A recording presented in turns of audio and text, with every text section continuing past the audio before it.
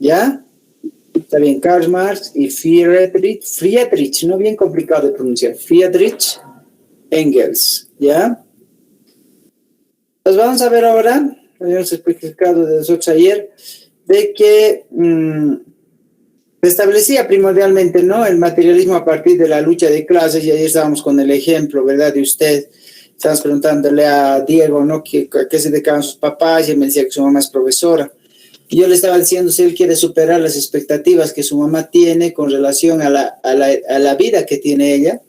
Y obviamente que sí, ¿no? Cada sujeto va superándose poco a poco durante el tiempo para poder identificar como un enfoque mucho más de progreso, ¿no?, de la generación pasada. ¿Sí? Ok, por eso hablamos de lucha de clases. ¿Por qué?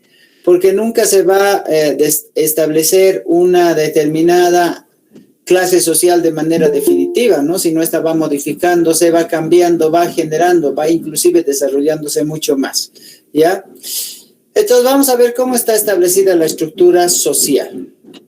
A ver, quiero que me digan así de manera lógica, ¿qué es lo que más interesa en este mundo? A ver, vamos, quiero escucharlos.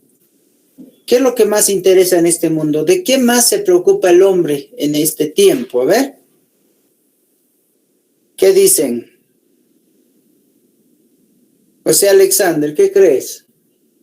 ¿Cuál es la preocupación más grande de las personas en este tiempo? A ver. Ganar dinero. Hecho, muy bien. ¿Todos están de acuerdo con eso? ¿Cómo es? ¿Alguien piensa que es otro tipo de situación ahora? A ver.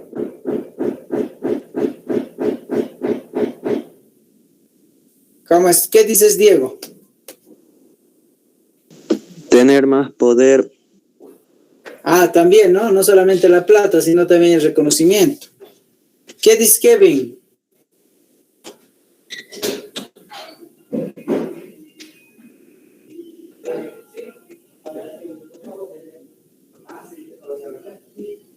¿Cómo es? El Kevin no me responde.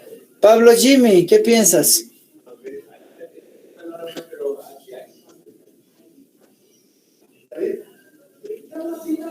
Ok, bueno, voy a pensar que piensan lo mismo los demás, ¿no? Tener plata y tener poder, tener reconocimiento, ¿ok? Ok, muy bien, Kevin. Está bien, está bien. Entonces, vamos a ver las estructuras de la situación social en relación al materialismo histórico, ¿ok? Hablamos primeramente de una estructura económica de la sociedad. Todo está influenciado en relación al factor económico, ¿ok? Todo es en relación al factor de dinero, ¿ya? Y también vamos a hablar de clases sociales al hablar de una infraestructura y una superestructura. Pero también vamos a tomar en cuenta que hay personas que empiezan a idealizar un mundo perfecto donde todos son iguales. Y ahí hablamos de una estructura ideológica. A partir de eso también va a enfatizar lo que vendría a ser el proceso de las leyes, ¿no? Y dentro del enfoque jurídico, dentro del enfoque político, sí que vamos a tener nosotros. ¿Ya? Tiene que ser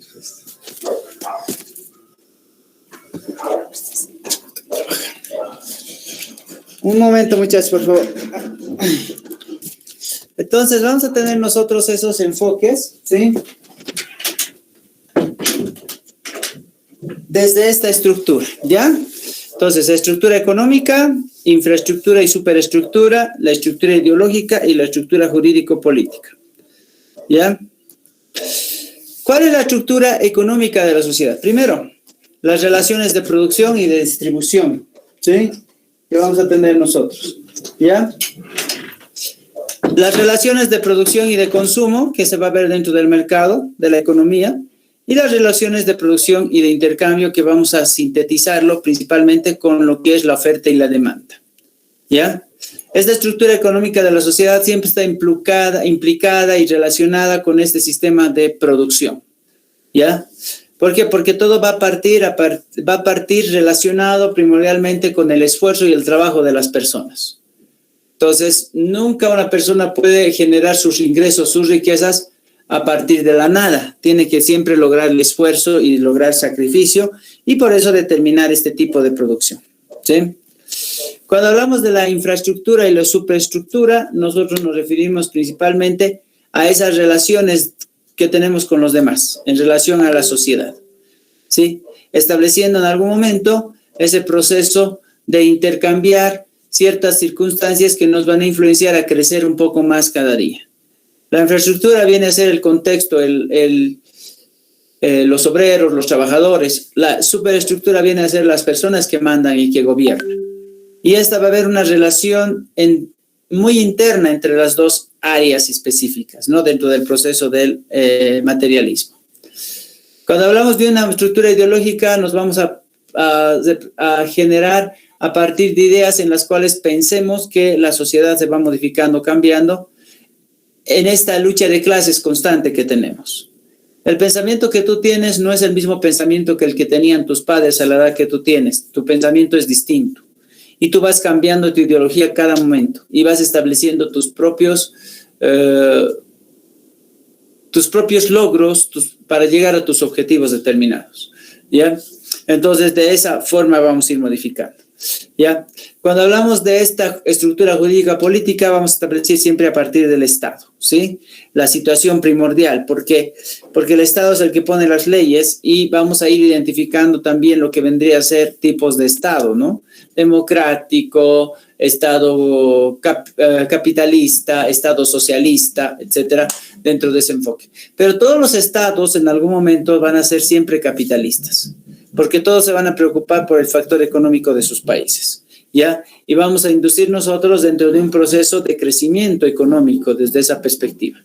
Por eso es que el Estado va a cumplir una doble función dentro del entorno: la función de producción y la función de desarrollo económico.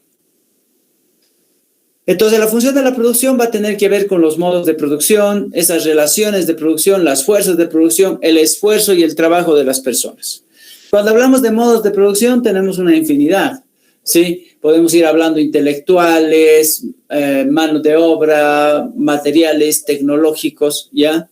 En las relaciones de producción vamos a ir enfatizando siempre en los que mandan y en los que obedecen, ¿sí? En ese proceso de relaciones de producción. Y las fuerzas productivas van a ser el impulso que genera una producción desde la perspectiva económica, laboral, social, política, ¿sí? Que va a ir influenciando dentro de un proceso de cambio. Entonces, estas relaciones de producción pueden ser relaciones técnicas o relaciones sociales. Entre las relaciones técnicas vamos a tener lo siguiente: aquel que va a ser con el trabajador, directo con el trabajador o directo con las maquinarias. En realidad, cuando uno elige ser militar o elige ser policía, su relación de producción técnica siempre va a ser el hecho de la relación con las personas, ¿sí? Una relación directa. Y eso va a vincularse mucho también con las relaciones sociales, ¿sí? Las relaciones sociales va a ser aquellas relaciones que se van a dar entre los que mandan y entre los que obedecen. Siempre el mundo va a estar compuesto por estos dos tipos de sujetos, ¿sí? En todo contexto. Vamos a hacer un ejemplo muy sencillo para hablar de este contexto dentro de lo que es el materialismo histórico, ¿ok? Muy bien. A ver. José Alexander, ¿me puedes ayudar con el ejemplo?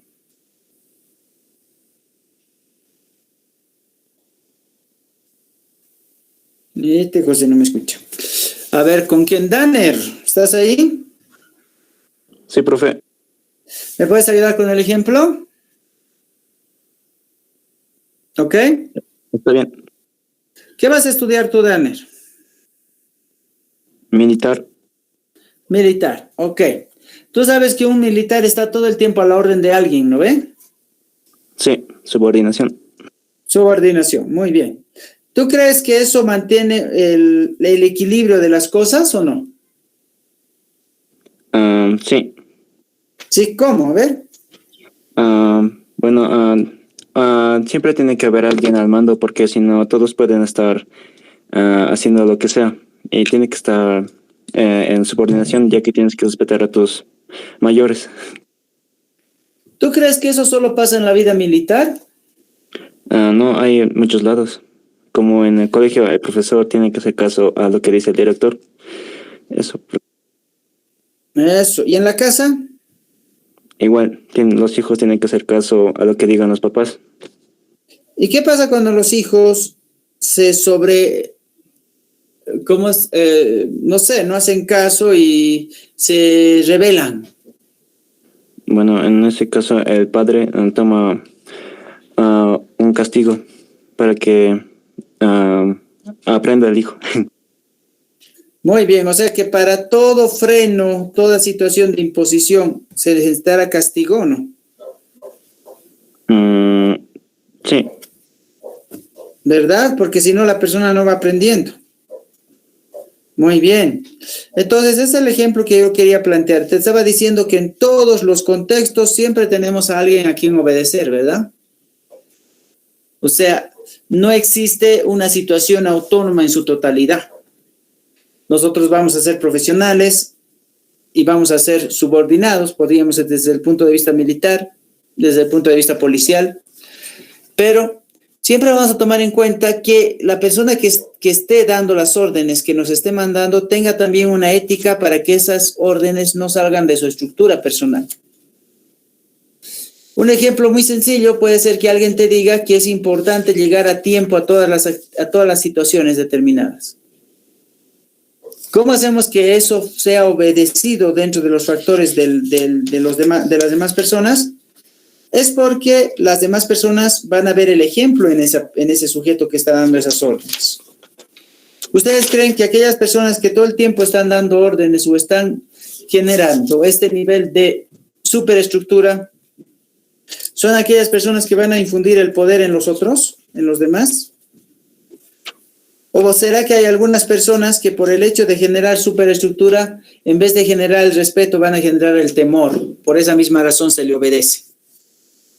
Aquí nos estaba hablando su compañero Danner de que si una persona no obedece, lo que más le conviene es recibir el castigo. ¿Será tan factible manejar así a la población con ese miedo, con ese temor? ¿O qué creen ustedes? ¿Cómo será más óptimo que una persona pueda en realidad seguir ciertas órdenes para poder generar una buena relación entre el que manda y el que obedece? ¿Qué piensan? A ver. Marisol, ¿qué piensas tú?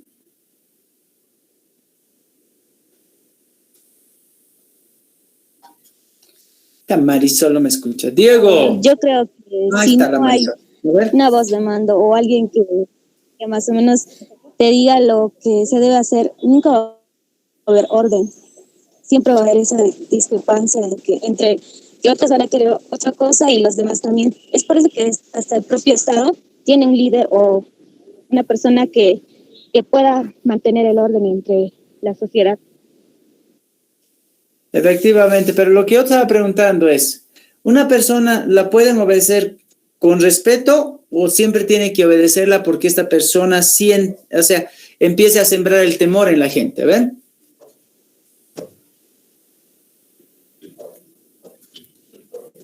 ¿Qué dices?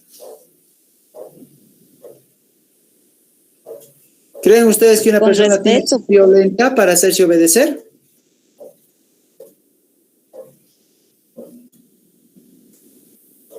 ¿Qué dicen? A ver.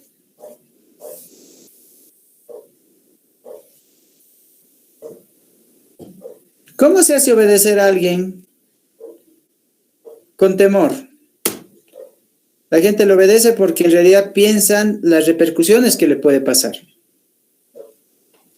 Pero hay otro concepto ideológico que dice que tú puedes obedecer, pero obedeces porque en realidad sientes la necesidad de hacerlo, no porque alguien te obligue para hacerlo.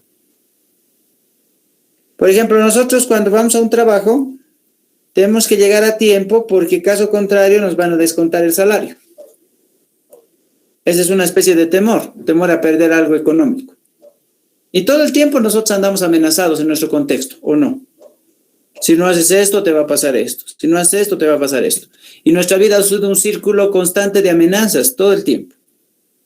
Entonces, ¿qué es lo que busca el materialismo histórico desde el punto ideológico? Hacer que la persona obedezca o siga las instrucciones, si lo quieres llamar así, sin que medie un nivel de violencia o un nivel en el que tú te sientas que ya no puedes más con eso. Van a sentir, muchachos, cuando ustedes estén haciendo sus primeros años en el colegio militar o en la academia de policía, van a sentir esa presión. Y van a sentir que las personas parece que en vez de que fueran líderes, fueran ogros, digamos, en ese aspecto, si lo vemos con esa cara, ¿no?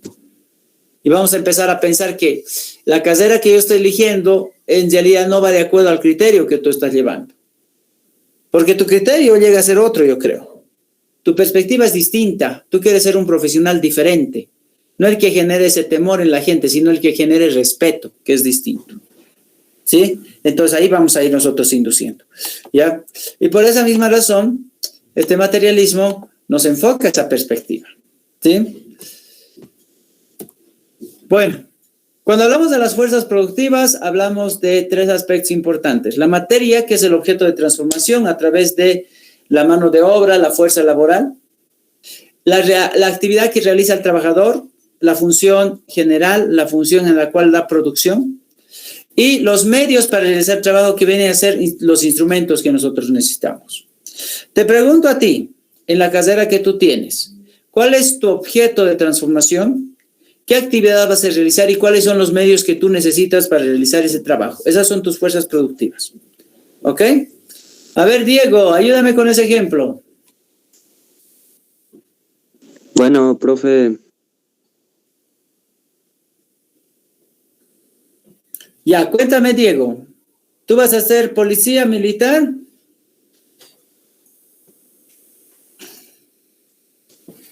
Militar. Ok, ¿cuál es tu objeto de transformación siendo militar? ¿Qué crees tú? ¿Cómo crees tú que tiene que ser el país al que tú quieres forjar con tu trabajo?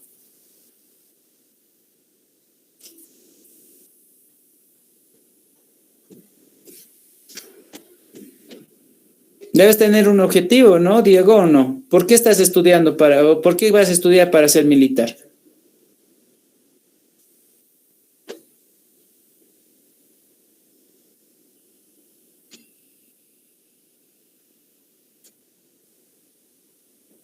¿Sí? ¿Cómo es? ¿Cuál es su objetivo de ustedes para estudiar esa carrera y transformar el mundo a partir de lo que van a estudiar? Lo que van a hacer.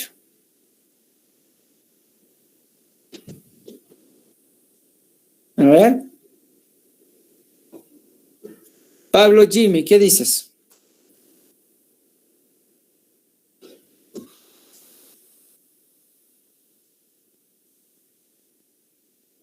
¿Cómo es? A ver.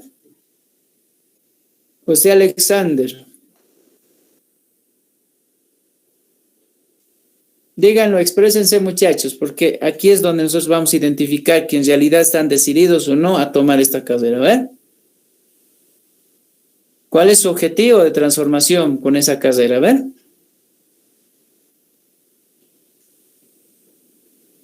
¿Cómo es? Y Diego me dice, vaya a ser militar. Esa es su actividad. Va a ser militar, va a dar instrucciones o va a obedecer, etc.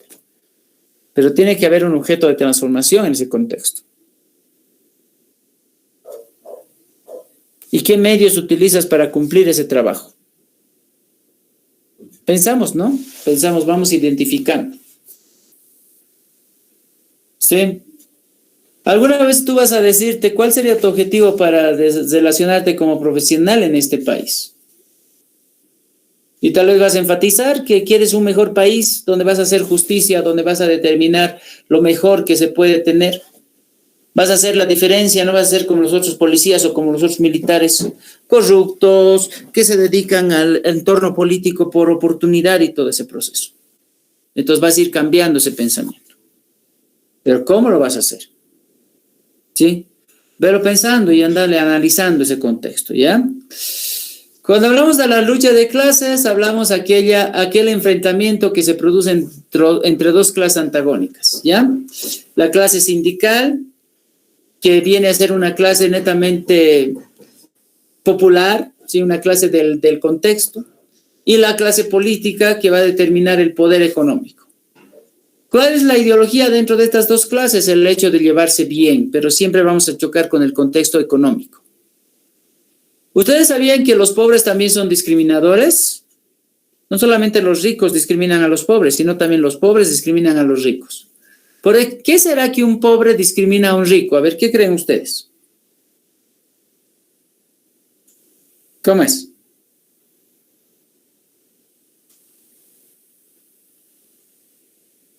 A ver, Daniel, ¿qué crees tú? ¿Por qué un pobre discriminaría a un rico? A ver. En la forma en la que se comporta y también por lo que tiene y no lo valora.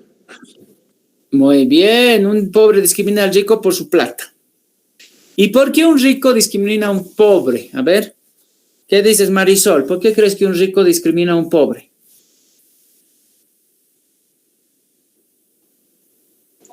Puede ser por la educación, también por el dinero, por el modo de cómo viven los ricos y los pobres. Bueno, creo que también los pobres no son tan pobres porque tienen otra manera, ¿cómo podría decirlo?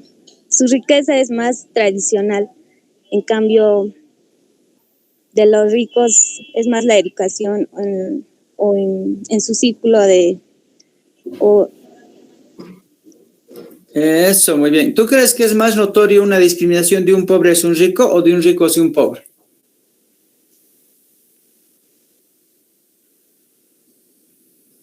De un rico a un pobre, no bueno, Sí, no, es mucho más notorio porque el otro tiene más plata y supone que tiene más poder. Mientras el pobre no, pues el pobre lo único que tiene para poder defenderse frente a un contexto de lucha de clases es su propia palabra, ¿no? Dentro de ese proceso, ¿ya? Bueno, la lucha de clases es un concepto, una teoría que intenta explicar la existencia de conflictos sociales como debidos a un conflicto central de intereses entre diferentes clases sociales.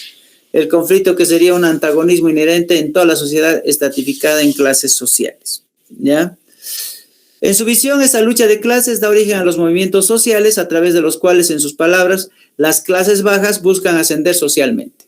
¿Será que alguien de la clase baja podrá ascender a ser clase alta o clase social alta? A ver, ¿qué piensa? Por eso yo pienso que todos los días ustedes luchan por ser mejores, ¿no? Para no estancarse, como tal vez lo hicieron sus abuelos o tal vez lo están haciendo sus padres. ¿Sí? Porque para forjarse la carrera que ustedes quieren forjarse, obviamente va a generar cierto sacrificio y quieren subir de un nivel en el cual ustedes ya se encuentran concentrados. No es un círculo, ¿no ven? No es un círculo ese proceso. Porque ¿qué pasaría? Diego le dice ayer, ¿no ve? Mi mamá es profesora. ¿Y qué pasaría si Diego está estudiando para ser profesor? El círculo se va a seguir repitiendo. ¿Ya? A pesar que hoy en día hay trabajos en los cuales las personas ya han ido mejorando su economía, ¿no? Y han ido ascendiendo socialmente. Pero dentro de un contexto genérico se va a establecer de que una persona, ¿sí?, va a ir implicando necesariamente un proceso un poco más de sacrificio para lograr lo que desea, ya su meta final. Muy bien. Entonces, de acuerdo a Marx, nuestra época no eliminó el antagonismo de las clases sociales, lo ha vuelto más simple, ya que la sociedad se va escindiendo, va a decir, se va, en cierto sentido, en vez de ascender, hay muchas sociedades que van bajando, ¿sí? ¿Ya? Y ahí se va a establecer dos elementos de la Edad Media, que son la burguesía y el proletariado, que vamos a hablar de gente que se hizo rica con el factor económico y que se hizo reconocida dentro de un contexto, ¿ya? Y otro que va a ser gente que va luchando y va estableciendo cierta cantidad de procesos de lucha. Muy bien. Entonces, muchas veces se va a considerar como un sentido muy particular lo que es la explotación social, ¿no? Esa explotación social es una relación social persistente en la cual algunas personas, generalmente definidas como miembros de alguna categoría o jerarquía, poseen un estatus o rol social específico y son abusadas o utilizadas a beneficio de otros debido a su membresía de tal, ¿no?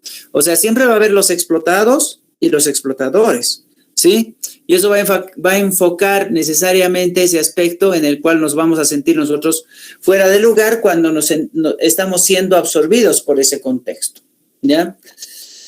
Entonces, se pueden exponer tres elementos fundamentales de este análisis de la explotación social. Primero, la dinámica producida por la propiedad privada de los medios de producción, vale decir, la empresa privada que otorga cierto nivel de ganancia autosustentable. Una sociedad dividida en dos clases antagónicas, ¿no? En las cuales está la minoría, que es dominante. ¿Por qué? Porque es, en cierto sentido, la que tiene plata, ¿sí? y por eso se llama minoría dominante, porque ocupa la menor cantidad de proporción poblacional, y va a construir mecanismos de explotación para tener una permanencia de poder, ¿sí? Y acá vamos a ver nosotros que en algún momento lo que más se va a destacar dentro de un proceso de situación más particular para poder enfocar lo que es la lucha de clases es ese control social que nosotros tenemos, ¿sí? Otro de los aspectos es la enajenación, donde el capital para reproducirse permanentemente quebrará la relación capital-trabajo para extraer plusvalía del proletariado, siendo la relación contractual. ¿Qué es la plusvalía? Significa que yo puedo hacer trabajar a una persona mucho y pagarle poco, ¿sí? Sin generarle mucho ingreso. ¿Por qué? Porque no quiero que esta persona crezca económicamente. Si yo le hago crecer económicamente a esta persona ya no me va a dar su servicio posterior. Entonces yo tengo que encargarme de que esta persona me sirva toda la vida y por esa misma razón voy a generarle un menor costo en relación a su trabajo. Y tenemos también la situación capitalista-empleado, siempre una relación desfavorable, porque irá variando en diversos grados de explotación según una serie de factores.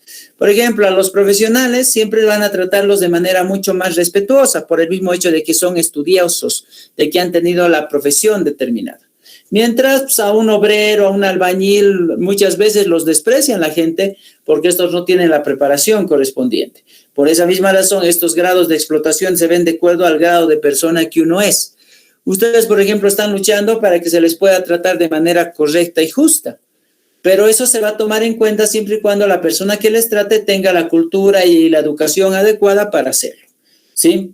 Entonces, cuando nosotros subamos de rango, si es que algún momento nos pasa de ser jefes y jefes superiores, tratemos de no enfocar el temor en la gente, sino el respeto. Y ese respeto se gana siempre y cuando tú vayas generando lo que vendemos a llamar nosotros esa igualdad, esa equidad que podemos ver nosotros identificar. ¿Ok? Muy bien.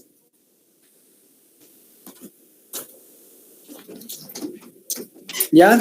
Entonces ahí vamos a considerar, ¿ok? Yo sé que es un tema un poco pesadito, pero vamos repitiendo un poco los apuntes y también veamos los videos para ir entendiéndolo un poco más, ¿ya?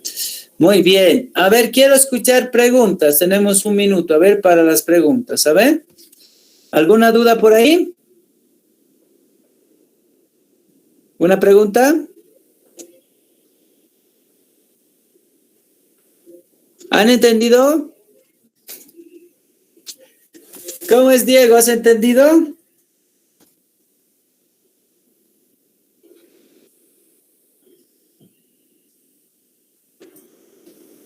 Ok, muchachos. De todas formas, mañana vamos a hacer una aclaración. Ahorita la premura del tiempo nos está pisando. Entonces, vamos a esperar al profesor de física y nos vamos a ver